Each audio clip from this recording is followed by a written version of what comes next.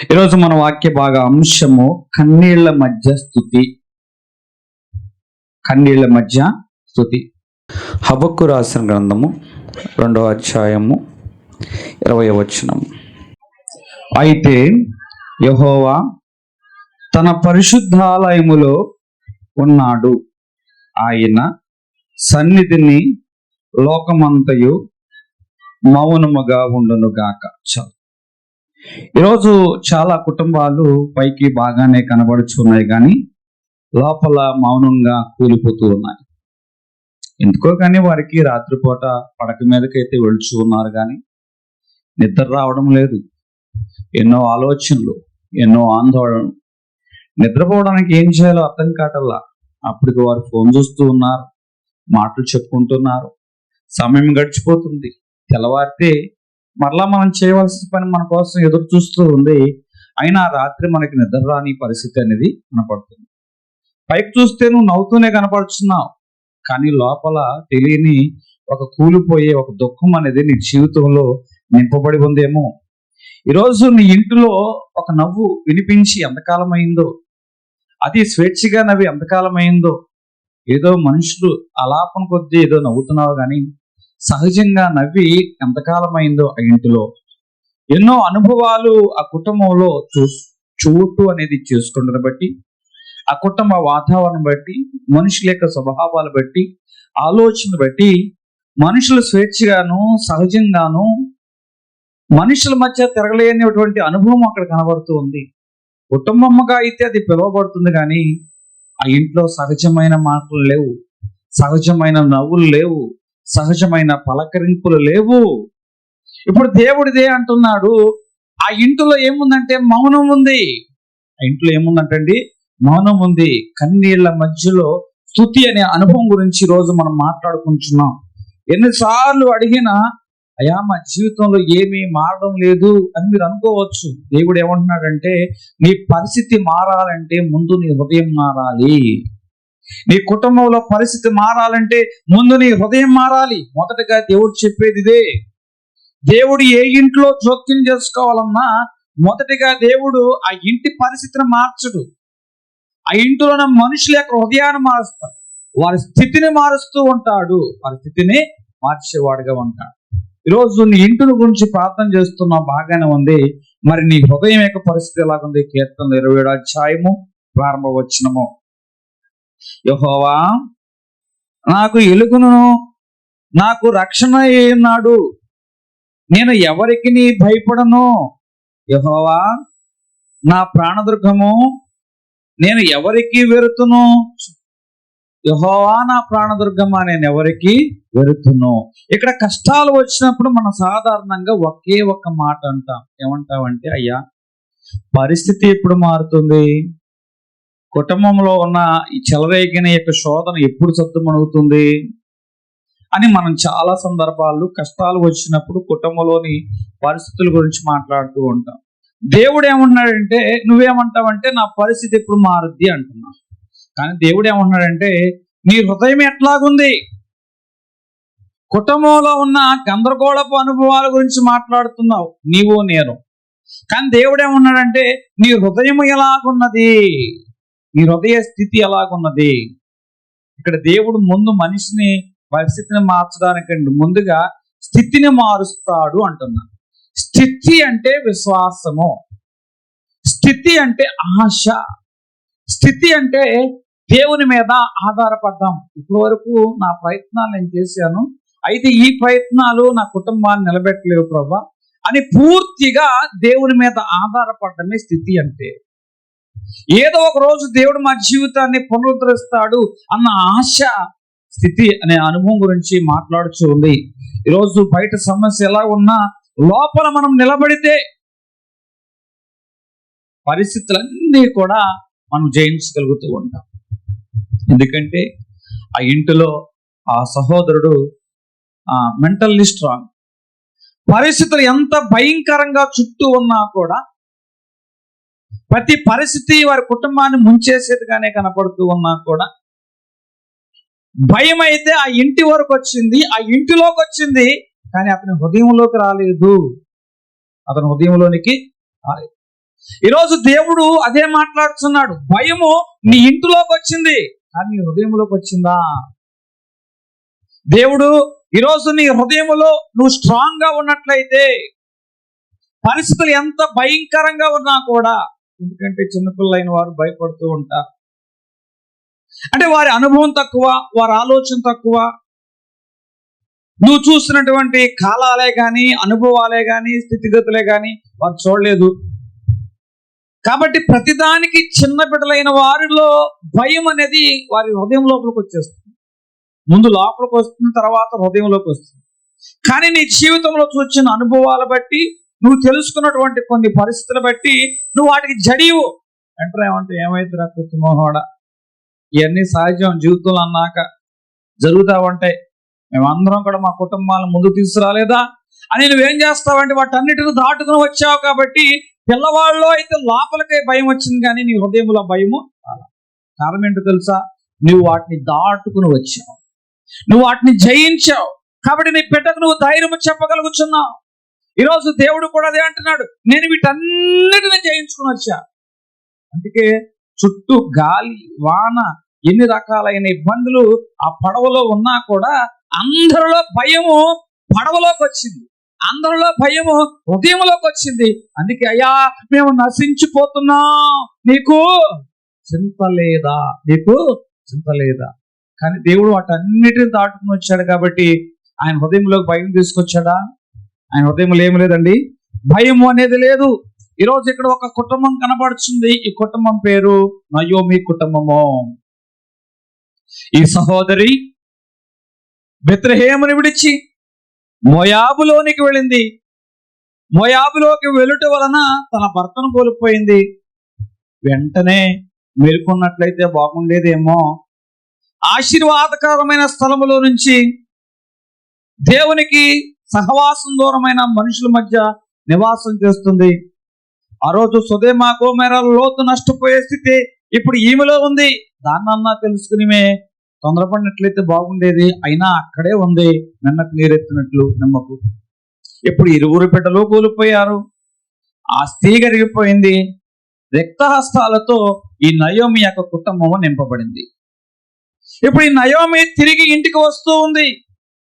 బెత్లెహేముకు వస్తూ ఉన్నప్పుడు అందరూ అంటున్నారు, ఓ నయోమి అంటే అంటుంది, అమ్మా ఇప్పుడు వరకు నేను రుచికరంగా ఉన్నాను, నా జీవితం మధురంగానే ఉందని మీరు అనుకుంటున్నారు.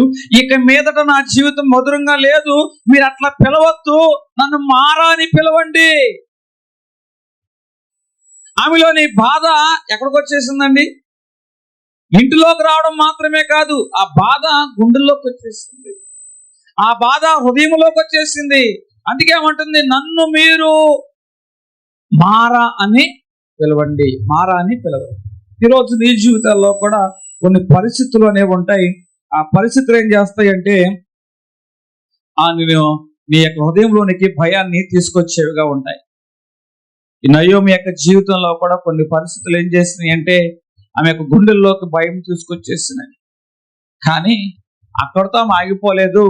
ఎంత భయం ఉన్నా కూడా మరలా దేవుడు ఉన్న ప్రాంతానికి తిరిగి రావాలని ఆలోచన చేసింది. నీ జీవితంలో ఏ పరిస్థితిని బట్టి నీ గుండెల్లోకి భయం వచ్చిందో నయోమి నువ్వు జ్ఞాపకం చేసుకో. ఇదిగో నా తండ్రి దేవుడు ఆశీర్వదించబడిన బెత్లెహేముకు తిరిగి వెళ్ళాలన్న ఆలోచన నయోమికి వచ్చినట్లు నీకు గనక ఈ రోజు వచ్చినట్లయితే నీ హృదయంలో ఏ భయం చేత గందరగోళ అనుభవాల చేత నింపబడి ఉన్నావో దేవుడు నీ హృదయంలో ఉన్న స్థితిని మార్చునుగాక. ఈమె మోయాబులో ఉన్నంతకాలం హృదయంలో నెమ్మది లేదు. భూమి ఉంది, ఆస్తి ఉంది, సంపద ఉంది, నెమ్మది లేదు. కానీ బెత్లెహేములోకి వచ్చింది, తిండి గింజలు లేవు, ప్రతిరోజు కూలి చేసుకోవాలి. కానీ కూలి చేసుకుంటున్నా కూడా హృదయం నెమ్మదిగా వచ్చింది. కారణం ఏమిటో తెలుసా? ఇప్పుడు ఆమె గుండెల్లో ఆమె స్థితిలోకి ఎవరు వచ్చారటండి? దేవునికి స్థానము ఇచ్చింది. ఎప్పుడైనా సరే దేవుడు మన జీవితంలో కుటుంబంలో అద్భుతాలు చేయాలంటే అద్భుతము ముందు కుటుంబంలో చేయటండి మనలో చేస్తాడు. ముందు మన యొక్క హృదయంలో ఈ అద్భుతాన్ని ప్రారంభిస్తాడు. మన స్థితి మార్చబడిన తర్వాతనే మన కుటుంబం యొక్క స్థితిని దేవుడు మార్చును గాక. హల్లెలూయా. ఇప్పుడు ఈ నయోమి యొక్క స్థితిని దేవుడు మార్చాడు. ఇక అంతా అయిపోయింది అనుకుంటున్న ఈ నమ్మయ్య యొక్క జీవితాన్ని దేవుడు ఎట్లా వర్ధిల్లింపజేశాడు అంటే రూతు ద్వారా ఆ వంశావళికి ఒక చిగురు తీసుకొచ్చాడు. ఎండిపోయింది ఈ మొద్దు అనుకుంటున్నారు, ఇక చిగురు రాదు అనుకుంటున్నారు, అడుగున పాతికెళ్ళిపోయింది అంటున్నారు, వేరు కుళ్ళిపోయింది అనుకుంటున్నారు, ఇక ఎన్నడూ ఈ మొద్దు చిగురించదు అనుకుంటున్నారు సమయంలో ఎక్కడో ఒక వర్షపు పడిందట. ఆ వర్షపు నీటి వాసన ఈ మొద్దుకు తగులుట వలన ఆ మొద్దు ఏ విధంగా అయితే చిగురించిందో, ఇదిగో యెహోవా మరలా బెత్లెహేము దర్శించాడు అన్న ఆ వాసన నయోమి విన్నది. ఆ వాసన ఏం చేస్తుందంటే ఆమెలో ఒక ఆశను చిగురింపజేసింది. హల్లెలూయా! ఆమె హృదయంలో స్థితిని మార్చేలాగా చేసింది. అందుకే ఆమె బెత్లెహేములో కూలి పని చేసుకుంటున్నా కూడా నెమ్మది కలిగి ఆమె జీవిస్తుంది. దేవుడు అంతటితో ఆమె జీవితాన్ని ఆపలేదు. రూతు ద్వారా దేవుడు ఏం చేశారంటే ఆమె యొక్క వంశావళిని దీవించిన వాడుగా ఉన్నాడు. యేసుక్రీస్తు ప్రభువారి యొక్క వంశావళిలో రూతుతో పాటు ఎవరి పేరు కూడా చేర్చబడిందండి? నయోమి కూడా చేర్చబడుతుంది. దేవుని నామానికి మహిమ కలుగును గాక. హల్లెలూయా! ఈరోజు నేను చెప్తున్న మాట, నువ్వు ఈ పరిస్థితి ఎలాగుందంటే ఏడ్చే పరిస్థితి ఉండవచ్చు. నీ దుఃఖము, దేవుడు ఏమన్నంటే నీ జీవితంలో దుఃఖం వచ్చిన పాపం అంటల్లా, నువ్వు ఏడుస్తున్నావు, ఎందుకు ఏడుస్తున్నావు అంటల్లా. కానీ దేవుడు అంటున్న మాట ఏమిటంటే నువ్వు ఏడ్చినా దుఃఖం వచ్చినా మొదటగా దేవుడు తాకేది ఇంటిని కాదు, హృదయాన్ని. దేవుడు తాకేది ఏమిటంటండి? హృదయాన్ని. నీ స్థితిని దేవుడు మార్చునుగాక. హల్లెలూయా! ఇక్కడ మాట్లాడకపోయినా మన స్థితి మార్చబడాలి అంటే మన వాక్య భాగం ఏమిటండి? మౌనములో స్తుతి చెల్లించుట అనే అనుభవం గురించి మాట్లాడుతుంది. ఇక్కడ మాట్లాడకపోయినా అనే అనుభవం కనబడుతున్నది. చాలా సందర్భాల్లో మన కుటుంబాల్లో ఇదే పరిస్థితి ఉంటుంది. ఏమిటి పరిస్థితి? ప్రార్థన పరులే మనమందరము, దేవునిలో ఎదిగిన వారమే. కానీ ఒక సంఘటన మన జీవితంలో అనుకోకుండా తారసపడుతుంది. ప్రార్థన చేయాలి అని అందరూ అంటూ ఉంటారు, కానీ ప్రార్థన చేయాలి అన్న ఆలోచన నీకు రాదు. అట్లని నువ్వు భక్తిహీనుడు అయిపోయావంటే భక్తిహీనుడు కాదు. అట్లని నీలో దేవుని మీద నమ్మకం లేదంటే నమ్మకం ఉంది. భక్తిహీనుడు కాదు, నమ్మకం ఉంది. అందరిలాగా నువ్వు ప్రార్థన అనేది చేయలేక కూర్చున్నవారుగా ఉన్నా. అందరూ ఆ పరిస్థితి గురించి దేవుని యొక్క సన్నిధానంలోకి వచ్చి మొరపెడుతూ ఉన్నారు. అలాగే నువ్వు కూడా మొరపెడితే బాగుందని నీ మనసు అనిపిస్తుంది. దేవుని దగ్గరికి వెళ్ళాలనుకుంటున్నావు, కానీ వెళుతున్నావే కానీ మొరపెట్టలేకపోతున్నవాడుగా ఉన్నావేమో. కారణం ఏమిటో తెలుసా? గుండెల్లో ఉన్న భారం. ఈ గుండెల్లో ఉన్న భారం ఏం చేస్తుందంటే దేవుని సన్నిధానంకి అయితే తీసుకొస్తుంది, కానీ దేవుని ఎదుట నోరు ఎత్తి ప్రార్థన చేయలేనటువంటి పరిస్థితి. అట్లా నీకు భక్తి లేదా? భక్తి. అట్లా నీ దేవుని యందు నీకు విశ్వాసం లేదా? విశ్వాసం. అట్లని మౌనంగా ఉన్నావు అని చెప్పేసి నీకు ప్రార్థన చేయాలనిపించడం లేదా? ప్రార్థన చేయాలని నీకు అనిపిస్తుంది, కానీ నోరు పెగలడం లేదు. అక్కడ దాకైతే వచ్చావు, కానీ నోరు పెగట్ల. దేవుడే ఉండంటే ఇది తప్పు అని అంటలా. ఇంత కఠినమైన పరిస్థితుల మధ్య కూడా నోరు ఎత్తి ప్రార్థన చేసే అనుభవం నీలో లేకపోయినా దేవుని సన్నిధానంలోకి వచ్చా నీలో ఒక విశ్వాసం దేవుడు చూస్తున్నాడు. నువ్వు మాట్లాడకపోయినా, నువ్వు ప్రార్థన చేయకపోయినా దేవుడు నీ హృదయాన్ని చూస్తున్నాడు. ఇదిగో ఈ బిడ్డ నోరు తెరిచైతే మాట్లాడలేకపోతున్నాడు, నోరు తెరిచైతే ప్రార్థన చేయలేకపోతున్నాడు, కానీ మౌనంగా నా ఎదుట నిలబడ్డాడే, నన్ను వదలకోకుండా ఇంకా నా కోసమే ఎదురు చూస్తున్నాడే అని దేవుడు ఏం చేస్తున్నాడంటే మన వైపు చూస్తున్న వాడిగా ఉన్నా. ఇప్పుడు నేను చెప్తున్న మాట ఏమిటంటే కొన్ని సందర్భాల్లో దేవుడు అన్ని వేళల్లో ప్రార్థన అయితే చేయమని నిన్ను అనడం లేదు, కానీ దేవుని ఎదుట ఏమంటున్నాడంటే మౌనంగా ఉండమంటున్న వాడుగా ఉన్నాడు. ఇక్కడ హబక్కు రాసిన గ్రంథం 2వ అధ్యాయం 20వ వచనంలో చదువుకున్నది అదే కదా. అయితే యెహోవా తన పరిశుద్ధాలయంలో ఉన్నాడు, ఆయన సన్నిధిని లోకమంతియు మౌనముగా ఉండును. ఆయన సన్నిధి లోకమంతి మౌనంగా ఉండు. కన్నీళ్ల మధ్య స్తుతి అంటుంది. కన్నీళ్ల మధ్య స్తుతి అంటే ఇక్కడ నోరు తెరిచి ప్రార్థన చేయమని నేను అంటున్నాను ఈరోజు. అర్థమవుతుందా? నేను చెప్తున్న మాట అర్థమవుతుందా లేదా? అదే ఉంటాయి గారు, అందరూ ప్రార్థన చేయమని అంటున్నారు, మీరేంటి మౌనంగా ఉండమంటున్నారు అని అంటారేమో. నిజంగా దేవుడు మన ప్రార్థన చూస్తాడు, మన మౌనాన్ని చూస్తాడు, నీ గుండెల్లో ఉన్న వేదన చూస్తాడు. నువ్వు చెప్పకపోయినా నీ హృదయాంతరంగాన్ని ఆయన గమనించేవాడుగా ఉన్నాడు. ఇక్కడ మోషే నిర్గమాకాండము 14వ అధ్యాయంలో ఎర్ర సముద్రం ఎదుర్కొచ్చాడు.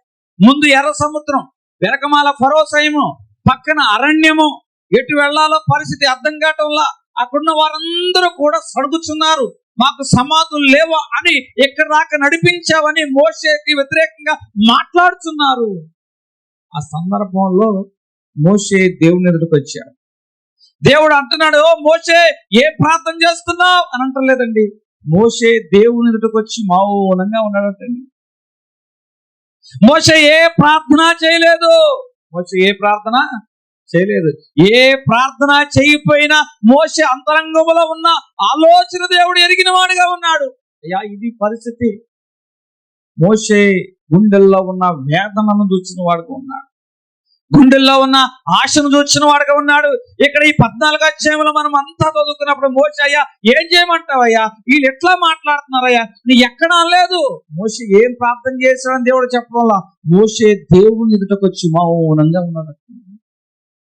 దేవుడు మోషే పరిస్థితిని, ఇశ్రాయేల్ పరిస్థితిని దేవుడు చూచిన వాడుగా. అందుకే ఓరకనే నిలిచి ఉండండి. మోషే ఎలాగున్నాడండి? మౌనంగా ఉన్నాడు. దేవుడు ఏమన్నాడు? ఓరకనే నిలిచి, మీరు మౌనంగా ఉన్నారు కాబట్టి మౌనంగానే నేను కార్యం చేస్తానంటున్నాడు. హల్లెలూయా, హల్లెలూయా. నిజముగా నీలో ఒక అభిలాష, నీలో ఒక ఆశతో, యథార్థమైన సత్యమైన కోరికతో నువ్వు దేవుని ఎదుటకు వచ్చినప్పుడు నువ్వు మాట్లాడకపోయినా, దేవుడు ఏమన్నాడు తెలుసా? నువ్వు మాట్లాడవసరం లేదు, నా ఎదుట మౌనంగా ఉంటే చాలు. ఇక్కడ దాకా వచ్చావు అంటే ప్రార్థన చేస్తేనే నేను వినేవాడిని కాదు, ప్రార్థన చేస్తే నేను ఆలకించేవాడిని కాదు. నువ్వు మాట్లాడకపోయినా హృదయంలోని అంతరంగా నేను ఎరిగిన వాడని దేవుడు అంటున్న వాడుగా ఉన్నాడు. మోషే అంతరంగాన్ని ఎరిగిన వాడుగా ఉన్నాడు కాబట్టి ఎర్ర సముద్రాన్ని దేవుడు ఏం చేశాడంటే 2 పాయలుగా ఆయన చేసిన వాడుగా ఉన్నాడు. ఇప్పుడు ఎర్ర సముద్రం 2 పాయలు ఎప్పుడైంది? 2 పాయలు అయిన తర్వాత మోషే అడుగు వేసాడు. అడుగు వేసిన తర్వాత 2 పాయలు అయిందా? చెప్పండి. ఇన్ని సంవత్సరాలు బట్టి చిన్నప్పటి నుంచి ఎర్ర సముద్రం కథ ఉన్నారుగా. ఎర్ర సముద్రం కదా అంటున్నాగా. ఈరోజు మన జీవితంలో విశ్వాసంతో అడుగు వేస్తేనే ఎర్ర సముద్రం 2 పాయలు అవునుగాక. విశ్వాసంతో యోర్దానులో అడుగు పెడితేనే యోర్దాను ఏకరాశిగా నిలిచిపోవును గాక. విశ్వాసంతో అడుగు వేస్తేనే ఎరుకో గోడలు కూలిపోవును గాక. హల్లెలూయా. ముందు అడుగు నీది, తర్వాత పని దేవునిది. మౌనంగానే ఈ యొక్క మోషే మొదట కాలు వేశాడు. తర్వాత ఏం జరిగిందంటే ఎర్ర సముద్రం 2 పాయలుగా మార్చబడింది. మన జీవితాల్లో కూడా ఇలాగే ఆగిపోతాయి. ముందేమో రేపటి గురించిన, భవిష్యత్తు గురించిన ఆలోచనలు, వెనకమాలేమో నిన్నటి భయాలు. ఏం చేయాలి? వెనక వేస్తేనేమో నిన్నటి భయాల్లో పడిపోతాం, ఈ ముందుకు అడుగు వేస్తేనేమో రేపటి ఆందోళనలో, భవిష్యత్తు గురించి మనం పడిపోతాం. ఏం చేయాలో అర్థం కాని పరిస్థితి ఏమో. అయితే మౌనంగా నువ్వు దేవుని ఎదుటికి వచ్చావు కదా, దేవుడు సూటిగా నీతోనే మాట్లాడుతున్న వాడుగా ఉన్నాడు. ఈరోజు నిజముగా మీరు నమ్మినట్లయితే, దేవుని మీద ఆధారపడి ఒక అడుగు ముందుకు వేసినట్లయితే, మీ ఎదుట ఉన్న గొప్ప పర్వతాలన్నీ చదునుభూ అయిపోవును గాక, ఎరుకో గోడలన్నీ కూలిపోవును గాక, యోర్దాను నది 2 పాయలుగా మార్చబడును గాక. హల్లెలూయా. మౌనముగా వేసి అడుగండి. ప్రార్థన చేసిన తర్వాత వేసిన అడుగు కాదు. మన జీవితంలో కొన్ని పరిస్థితులు మన ప్రమేయం లేకోకుండానే దేవుని ఎదుట ఏం చేస్తాయంటే మౌనంగా నిలబడేలా చేస్తాయి. మౌనంగా నిలబడ్డావని నీలో భక్తి లేదని కాదు, మౌనంగా నిలబడ్డావని నీలో ప్రార్థన లేదని కాదు. కొన్ని పరిస్థితులు నోరు పెగలేవు, కానీ హృదయంలోని విషయాలు ఏం చేస్తాయంటే దేవునితో మాట్లాడుతూ ఉంటాయి, దేవునితో మాట్లాడేవిగా ఉంటాయి. ఈరోజు మాటలు మొరను దేవుడు ఏం చేస్తాడంటే రహదారిగా, దేవుడు ఏం చేస్తాడంటండి దారిగా మార్చువాడు. ఈరోజు నీ మాటల మొర ఏమై ఉందో దేవుడు దాన్ని దారిగా మార్చును గాక. హల్లెలూయా. ఒక సహోదరుడు అందులోకి వచ్చే సహోదరుడు అనుకోండి, ఈ సహోదరి యొక్క జీవితంలో ఒక సంఘటన జరిగింది. ఆ సంఘటన జరిగిన బట్టి ఎప్పుడు కూడా మందిరంలో ముందే ఉండేవాడు, దేవుణ్ణి ఆరాధించేవాడు, మహిమపరిచేవాడు. కానీ కుటుంబంలో ఏం సంఘటన జరిగిందో ఏంటో, ఆ రోజు అందరికంటే ముందుండవలసిన వాడు, అందరికంటే ముందు ఆరాధించవలసిన వాడు ఎక్కడో మందిరంలో వెనకమాల కూర్చున్నవాడుగా ఉన్నాడు. అందరూ ఆరాధిస్తున్నారు, కానీ ఇతను మాత్రం వెనకమాలే కూర్చొని మౌనంగానే ఆ ఆరాధనలో ఏకీభవిస్తున్న వాడుగా ఉన్నాడు. ఎందుకు ఆ వ్యక్తులు ఈరోజు చాలా మంది కొత్త ఉదాహరణ చూస్తున్న వారుగా ఉన్నారు. ఆ వ్యక్తి ఈ వ్యక్తేనా, ఎప్పుడు చక్కగా పాడే వ్యక్తినే ఈరోజు మౌనంగా ఉన్నాడు ఏమిటి అని ఆలోచనలో పడ్డారు, కానీ ఏమయ్యింది అని ఒక్కరు కూడా. అట్లని వెనకమాలగా కూర్చున్నానని చెప్పి దేవునితో వాదించడానికి వచ్చాడా?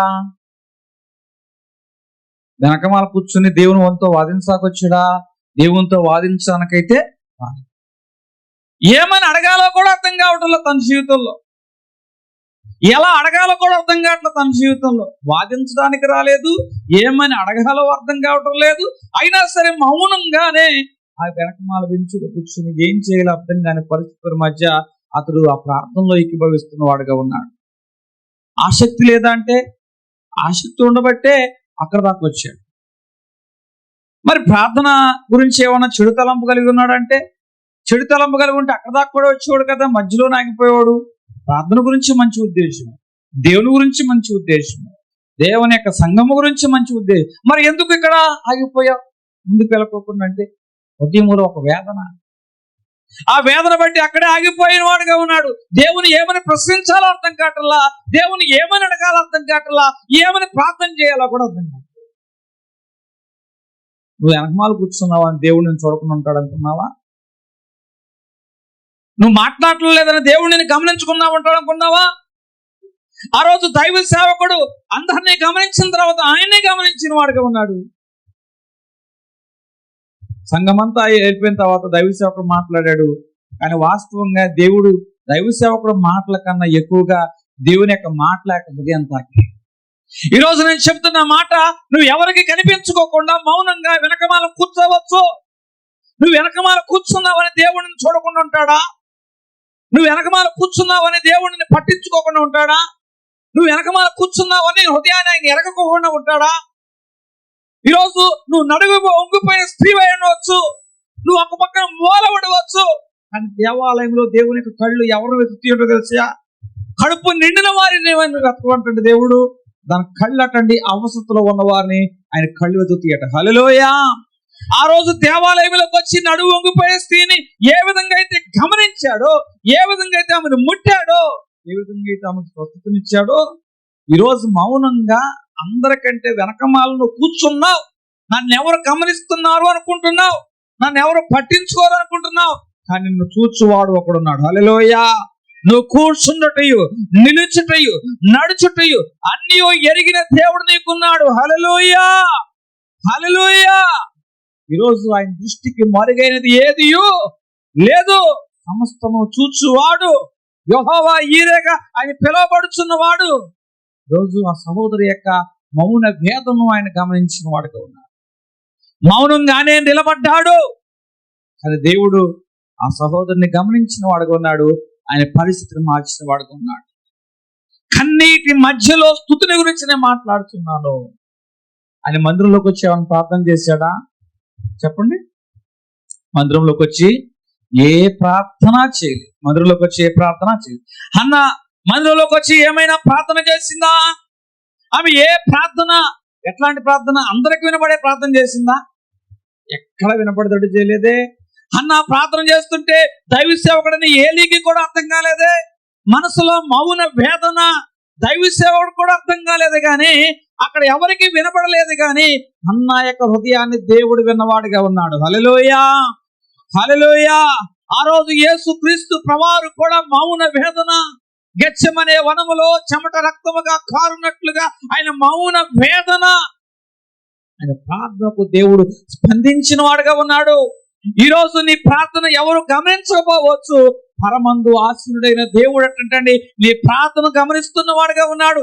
ఆకాశం మౌనంగా ఉండడం లేదు, ఆకాశం తెరవబడి పరిగెత్తుకుంటూ వచ్చి నీకు సమాధానం ఇచ్చునుగాక అన్న యొక్క ప్రార్థనకు దేవుడు సమయ రూపంలో సమాధానం ఇచ్చినట్లు దేవుని యొక్క ప్రార్థనకు, యేసుక్రీస్తు ప్రభువు యొక్క ప్రార్థనకు దేవుడు ఏ విధంగా అయితే ఆకాశం నుంచి ఏలియాను ఎలీషాను పంపించిన వాడుగా ఉన్నాడు, ఈ రోజు నిన్ను ఆదరించడానికి దేవుడు తన వాక్కు నీ యొద్దకే పంపించునుగాక.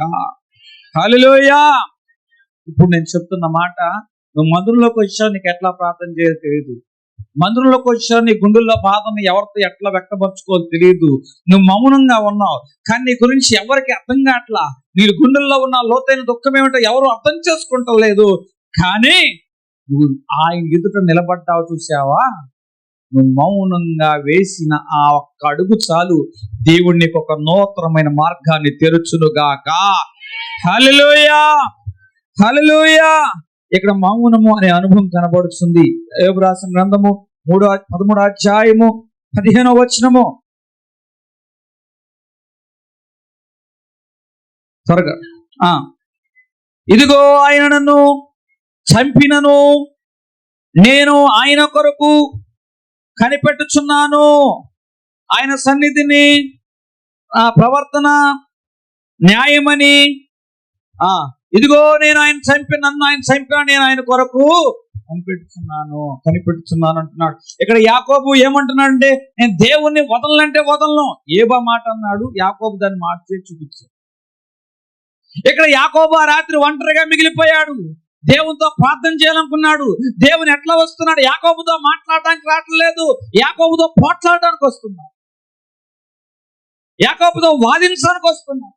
అదేమిటయ్యా, నేను ఒంటరిగా ఉన్నాను, నీ ప్రార్థన చేయాలనుకుంటున్నాను, నీ దగ్గర నుంచి దీవెన పొందాలనుకుంటున్నా, నువ్వేంటయ్యా నాతో వాదించడానికి వస్తున్నావు అని యాకోబు ఆగిపోయాడా? ఏది ఏమైనా కూడా ఆయన నాతో పోట్లాడినా, నాతో వాదించినా, నేను మాత్రం ఆయన దగ్గర నుంచి దీవెన పొందుకోవలసిందే, నేను ఆయన ఎదుట నిలవవలసినదే. చచ్చినా చచ్చిపోతా కానీ ఇవాళ నేను వదలను ఆయన్ని. చచ్చిపోయినా ఇప్పుడు వాదన మొదలైందండి, భీకరమైన పోరాటం.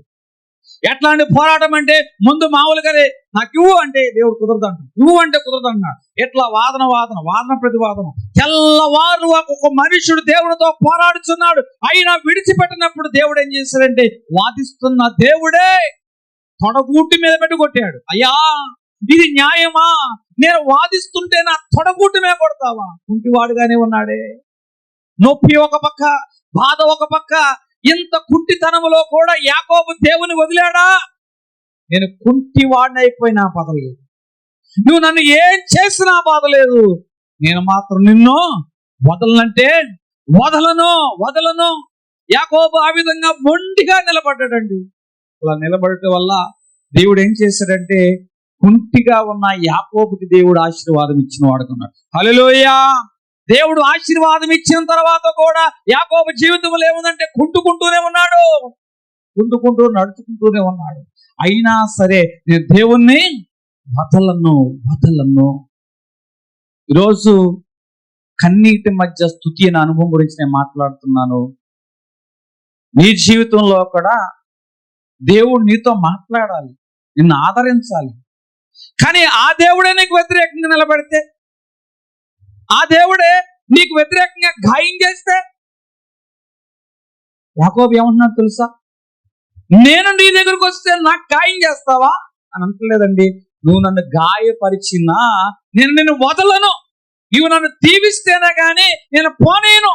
యాకోబు విశ్వాసం గురించి నేను మాట్లాడడం లేదు, యాకోబు దేవుని మీద ఆధారపడ్డ విధానం గురించి నేను మాట్లాడుతున్నా, ఆశను గురించి నేను మాట్లాడుతున్నా. ఇక నా ఆశ నీవే, నిన్ను గనక నేను వదిలితే నాకు బ్రతుకు లేదు. నీ యాకోబు ఏం చేస్తాడంటే, వదలనంటే వదలకోకుండా దేవుని దగ్గర నుంచి దీవెన పొందుకున్న వాడిగా ఉన్నాడు. హల్లెలూయా. ఈరోజు నువ్వు మౌనంగానే ఉండవచ్చు, పరిస్థితులు నీకు సహకరించకపోవచ్చు, అంతా చీకటిగా ఉండవచ్చు, కానీ యాకోబులాగా నువ్వు పట్టుకోగలుగుతున్నావా? వదలకుండా నువ్వు నిలబడగలుగుతున్నావా? ఒక రైతు భూమిలో విత్తనం వేసినప్పుడు గింజ మొలక ఆలస్యమైంది, అందరూ అన్నారు ఇక గింజ మొలవదు. కానీ రైతుకు తెలుసు దాని మీద చీకటి ఉన్నది, దాని మీద మట్టి కప్పి ఉన్నది, కానీ ఎంత అననుకూలమైన వాతావరణం ఉన్నా కూడా ఆ చీకటి మధ్యలో జీవము కదులుతుందని రైతు నమ్మిన వాడుగా ఉన్నాడు. హల్లెలూయా. ఈ రోజు నీ జీవితంలో కూడా చీకటి ఆవరించి ఉండవచ్చు, మట్టి కప్పి ఉండవచ్చు, నీకు తెలియకోకుండానే జీవము ఆ చీకటి మధ్యనే కదులును గాక. హల్లెలూయా. అందరూ అంటున్నారయ్యా ఇది మొలవదు, ఇది మొలవదు, కానీ మొలవదు అనుకుంటున్న ఆ గింజే ఒక రోజు ఒక కాలం వచ్చింది, ఒక సమయం వచ్చింది. ఆ సమయం వచ్చినప్పుడు ఆ చీకటి ఆ మట్టి ఏం చేస్తుందంటే ఆ గింజలోని మొక్క బయటికి రావడానికి మార్గాన్ని ఇచ్చింది. దేవుని నామానికి మహిమ కలుగును గాక. ఈ రోజు ఏ పరిస్థితులు అయితే నువ్వు ప్రార్థన చేస్తున్నావు, విశ్వాసం ఉంచావు, కనిపెట్టావు, కానీ కొన్ని పరిస్థితులు మూసివేసినట్టుగానే అనిపించాయి. కానీ దేవుడు అంటున్న మాట, ఆ కనిపించిన అనుభవాల మధ్యనే దేవుడిని జీవితంలో ఒక కదలిక తీసుకురావును గాక. ఆ కనిపించిన అనుభవాలే దేవుడు నీకు ఒక మార్గంగా ఏర్పాటు చేయను గాక. హల్లెలూయా. కన్నీటి మధ్య స్తుతి అంటే ఏంటో తెలుసా? అవి కనిపించవు, కానీ కనిపించకపోయినా కూడా నువ్వు వదలవద్దు. దేవుడు ఏమంటున్నాడండి? యాకోబు వదిలేడా? వదలలేదు. అలాగే నీ జీవితంలో కూడా ప్రార్థన చేసిన వెంటనే ఏమీ జరగకపోవచ్చు, అడిగిన వెంటనే ఏమీ రాకపోవచ్చు, కానీ నువ్వు వదలకోకుండా ఉండడమే గొప్ప విషయం. సామెతలు 18వ అధ్యాయం 10వ వచనము.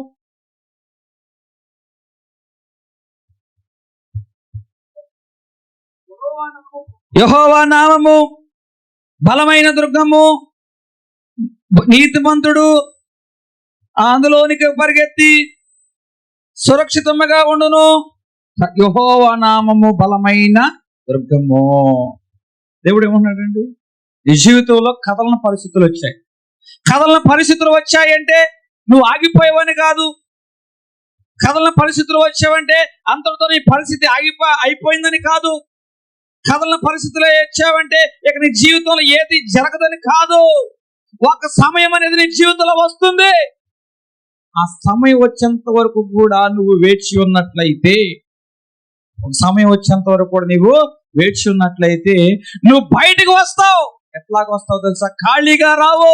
నువ్వు ఫలముతో బయటకు వచ్చుదువు గాక. భూమిలో నాటబడిన గింజ ఖాళీగా రాలేదు, అది ఫలముతో బయటకు వచ్చింది. ఇప్పుడు యెహోవా నామము బలమైన దుర్గము అంటున్నాను. మరి నీ పరిస్థితుల్లో నీకు ఎట్లా ప్రార్థన చేయాలో తెలియదు, ఎట్లా ప్రార్థన చేయాలో తెలియనప్పుడు దేవుడే ఉన్నాడు. ఆయన నామము బలమైన. ఆత్మీయ తల్లిగారు ఏం చెప్పేదంటే, నీకు తేలు గుట్టిందా? దేవుడే తల్లిగారు ఏమన్నారు? ఒకే ఒక సూత్రం చెప్పింది, యేసు రక్తమే నాకు జీవం, సిలువ రక్తమే నాకు జీవం.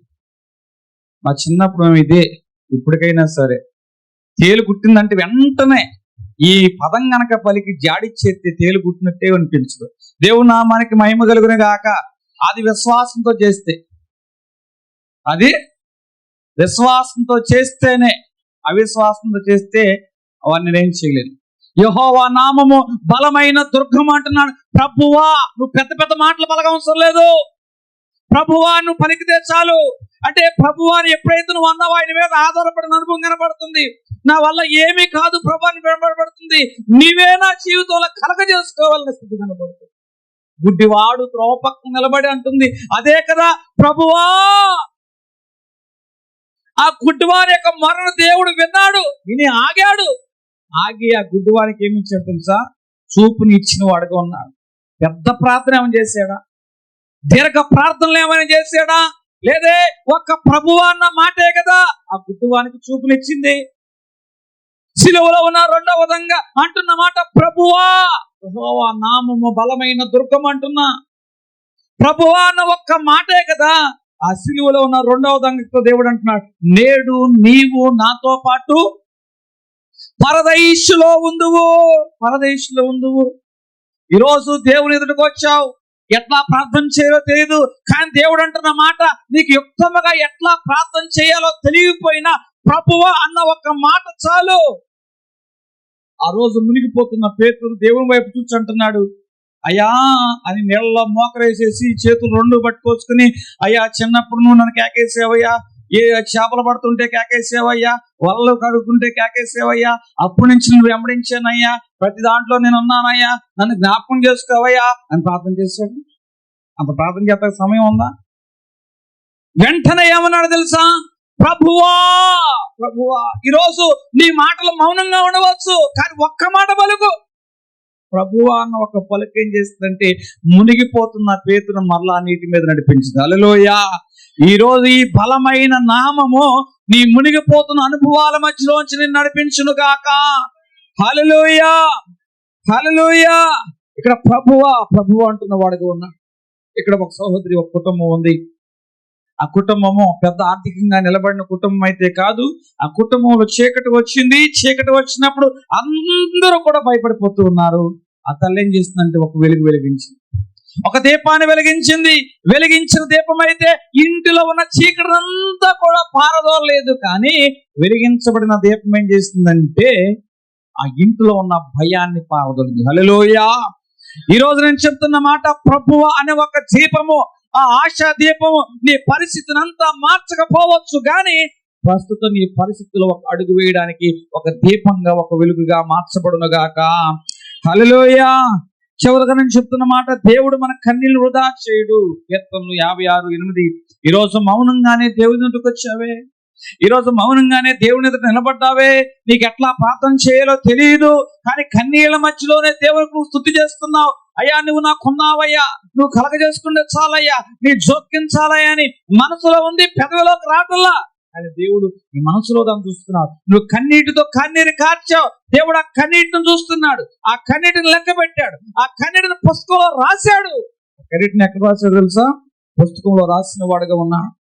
ఈరోజు అన్న కన్నీళ్లు కార్చింది, ఆ కన్నీళ్లు దేవుడు చూసిన వాడుగా ఉన్నాడు. సమూయేలు రూపంలో జవాబిచ్చాడు. హల్లెలూయా. నువ్వు కాచిన కన్నీరు కానీళ్ళు నేల కాదు, కాచిన కన్నీరును చూసావా, అది ఆశీర్వాదపు విత్తనాలు అనే నేల. హల్లెలూయా. నువ్వు కాచిన కన్నీరు అనే నేల ఏంటో తెలుసా? నీ బిడ్డల భవిష్యత్తు నిమిత్తము కాచబడిన కన్నీళ్ళు అవి. హల్లెలూయా. ఒక సహోదరి చివరిగా ఒక మాట, చిన్నప్పటి నుంచి మిషన్ గుర్తు ఉంది. చిన్నప్పటి నుంచి అంటే పెళ్ళైన కాంచి ఎన్నో ఆశలు పడి పెళ్లి చేసుకుంది. పెళ్లి చేసుకున్నప్పుడు కుటుంబం అంతా బాగుంటుంది అనుకుంది, కానీ ఒక రోజు వచ్చింది, తాను కూడా కష్టపడితేనే కానీ కుటుంబం ముందుకెళ్ళదు. మళ్ళీ ఒక రోజు వచ్చింది, తాను కష్టపడితే తప్ప కుటుంబం పోషించబడదు. మళ్ళీ ఒక రోజు వచ్చింది, ఇక తాను లేకపోతే కుటుంబం లేదు. ఇంకొక రోజు వచ్చింది, తాను ఆగిపోతే కుటుంబం ఆగిపోతుంది. ఎన్ని అనుభవాలు వచ్చేసిన చూసారు ఒక ఇంట్లోకి. ఎన్నో ఆశలతో వివాహం చేసుకుంటే ఇటువంటి అనుభవాలు. అయితే ఆ సహోదరు ఒకటి, ఏదైనా నేను కష్టపడాలి, నా కుటుంబాన్ని పెట్టాలి అని మిషన్ కొడుతుంది. ఎన్నో చీరలు కొడుతుంది, ఎన్నో వస్త్రాలు కొడుతుంది. కుట్టే ప్రతి దారంలోనూ ఆ కన్నీరు దారంలో కలిసిపోతుంది, ఆ కుట్టులో కలిసిపోతుంది. నా ప్రార్థన దేవుడు ఆలకిస్తున్నాడు అంటావా? నా కుటుంబ పరిస్థితిని దేవుడు మారుస్తాడంటావా? నా బిడ్డల భవిష్యత్తు బాగుంటుందంటావా? నేను పడ్డ ప్రయాస వ్యర్థమవుతుందా, లేకపోతే ఫలవంతం అవుతుందా అని ఎన్నో కన్నీళ్లు ఆ కుట్టిన దారాల మధ్యలోనే కలిసిపోయాయి. బాధ ఎవరో గమనించలా. కానీ ఒకరోజు ఆ బిడ్డలు ప్రయోజకులయ్యారు. ప్రయోజకులైన బిడ్డలు చెప్తున్న మాట, అమ్మా నువ్వు కుడుతూ కాల్చిన కన్నీళ్లు చూసావా, ఆ కన్నీళ్లు మా భవిష్యత్తును కట్టాయి. దేవుని నామానికి మహిమ కలుగును గాక. హల్లెలూయా.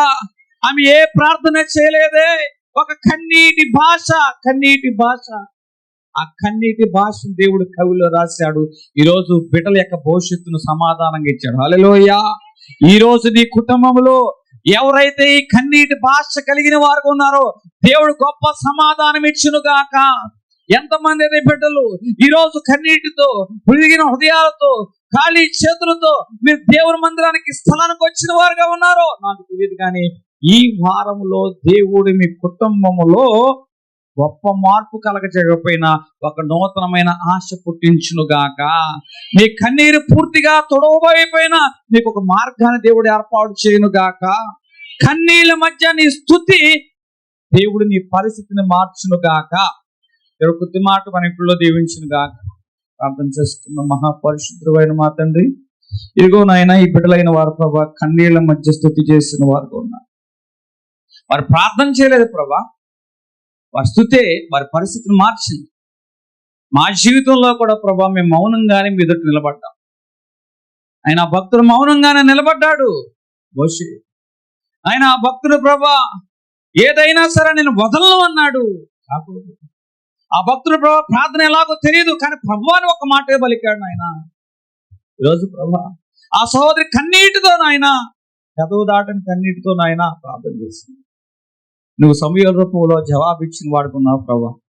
ఈరోజు ఏ బిడ్డ అయితే నాయన, ఏ తల్లి అయితే, ఏ తండ్రి అయితే ప్రభా, వారి పొలంలో బిడ్డ నిమిత్తము కన్నీరు గార్చుకుంటూ శ్రమ పడుతున్నారు, ఇంటిలో బిడ్డ నిమిత్తము కన్నీరు గార్చుకుంటూ శ్రమ పడుతున్నావు ప్రభా. ఆ కన్నీరు ఎవరు గమనించట్లేదు ప్రభా, కానీ నాయన నీవు వారి బిడ్డల యొక్క భవిష్యత్తును మారుస్తున్నందుకు, చక్కటి భవిష్యత్తుగా రాస్తున్నందుకు వందనాలు ప్రభా.